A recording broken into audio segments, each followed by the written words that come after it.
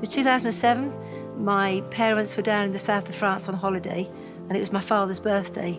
And as we sat down by the pool, my mum, who was a small, petite lady, sat by the swimming pool and she crossed her legs. And as she crossed her legs, just sort of behind her knee, I noticed a mark.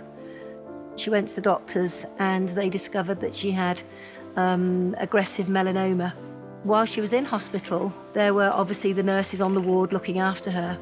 But one evening, a nurse arrived at the hospital who didn't even work there full time. And that was the night that a lady called Attilia came into my mother's life, but more importantly, into all of our family's lives. But sadly, Mum didn't make it. And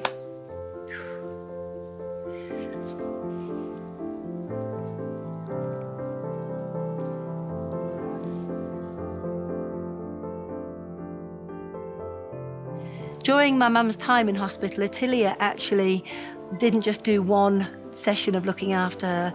She was literally in there every day. In fact, she was in there looking after Mum even when her hours had finished.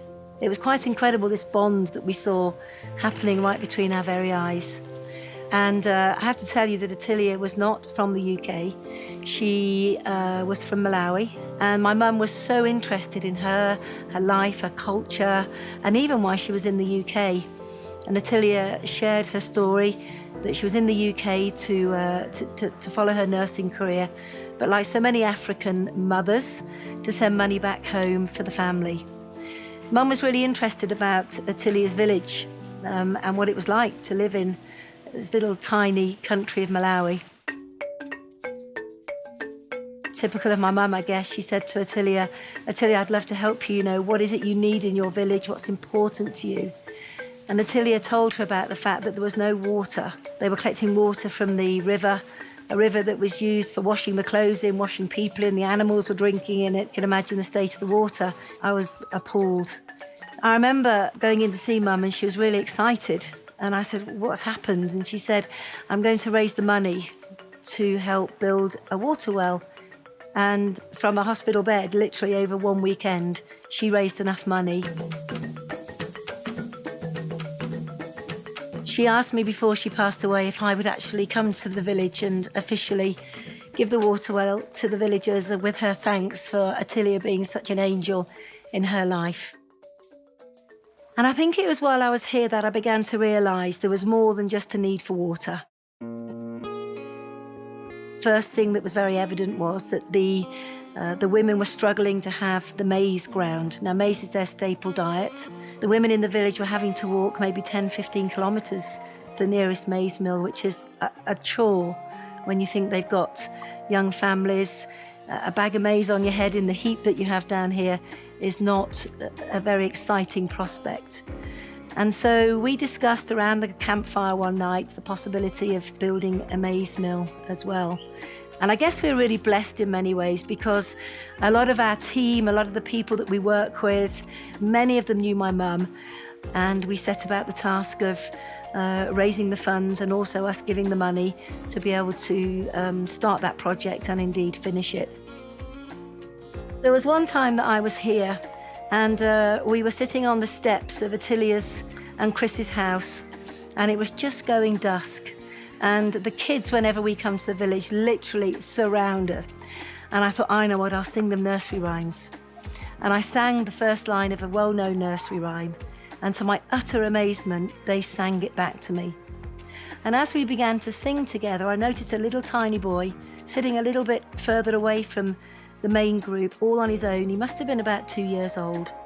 And I said to Attilia, what's the matter with him? Why isn't he joining in? And she said, I think he's got malaria. And I said, what can we do about that? And she said, nothing. There's no medical centre here. There's no clinic. It's a long way to the main hospital, but we'll keep an eye on him. 2 days later, when I was due to go, John and I were packing up. John, my husband, was here with me as well. I asked after the small child, and Attilia looked at me in the eyes, and she just very quietly said, he didn't make it. I said, sorry? She said, he didn't make it, Jane. And on the plane on the way home, I remember saying to John, we need to do something. We can't just stop with water and maize. We've got to do something else. And he said, what are you proposing? What do you think? And I said, I think we need to build a medical clinic. The week that we came over to open the clinic was a grand affair here. I mean, it went on for days.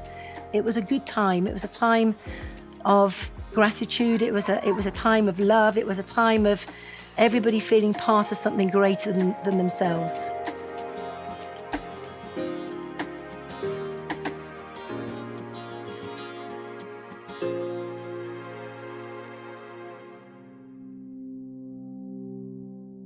Attilia really loved my mum and cared for her in many, many ways, such as bringing her a glass of water when she needed it. And looking after my mum when she was sick was just priceless for us.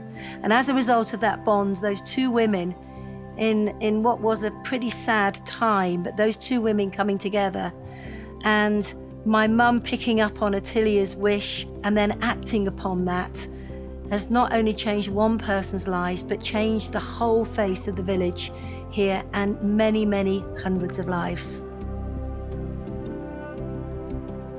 Compassion has always been really important to John and myself, and forever has allowed us to do that. I am so glad that we made the decision to build a forever business. It's been life-changing in so many ways, not just our lives, but the lives of hundreds and hundreds and hundreds of others. My name's Jayne Leach. John and I believe in changing lives, even through the smallest of acts, and we are forever.